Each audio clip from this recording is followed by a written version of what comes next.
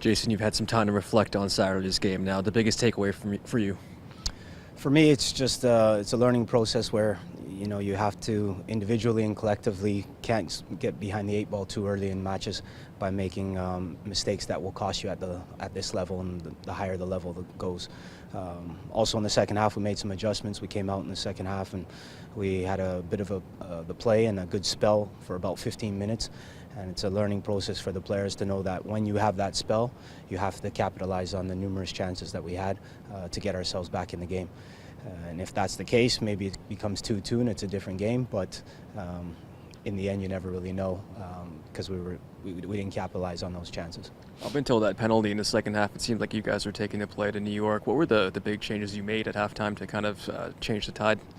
Well, we took off a defender and another wing player and went to sort of a 3-4-1-2 to try and get more support and attack with an attacking midfielder as well as some wing backs. So, we made an adjustment and the players adapted to it, and the energy was far better in the second half. And we created enough chances to get ourselves back in the game, but unfortunately on the day, we weren't able to take those chances. What have you seen from Lucca Cocchi so far this series? One of the younger players on the team, if not the youngest. He got his first goal as a pro. Have you been happy with his progression?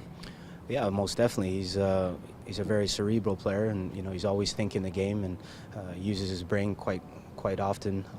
And technically, he's quite sound. So, to be honest with you, over the last sort of games, he's been one of our star performers and most consistent performers. So, fair play to him. And he also tapped the chest when he scored, which was always nice. So you can see how much it means to him to come through the academy and score his first goal. So I was pleased for him.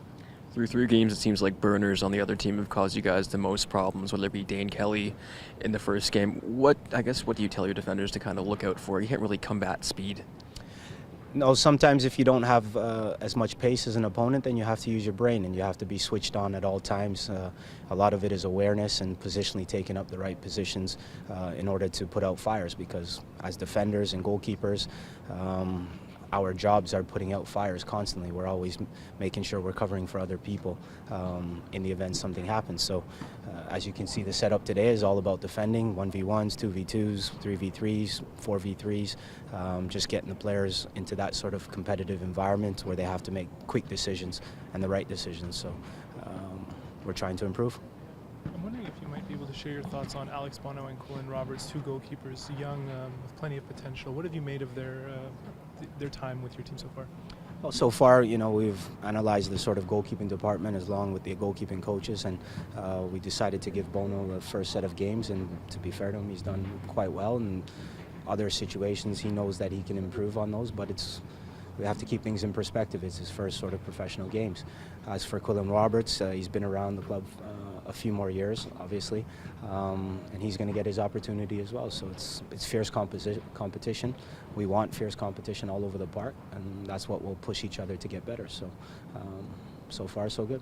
With outfield players, there's always a chance to fill in a multiple different positions, but with goalkeepers, you're really competing for that one spot.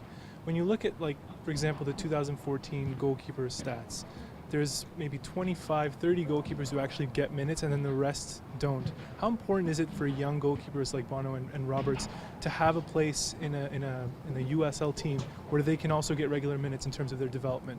It's important. I mean, Colin Roberts has been at the club for several years, and we haven't sort of had this vehicle to be able to get them proper minutes under match conditions. Obviously he had to go away to Wilmington in order to get games, but now we've got our own team, and now they have to compete for the sort of one position.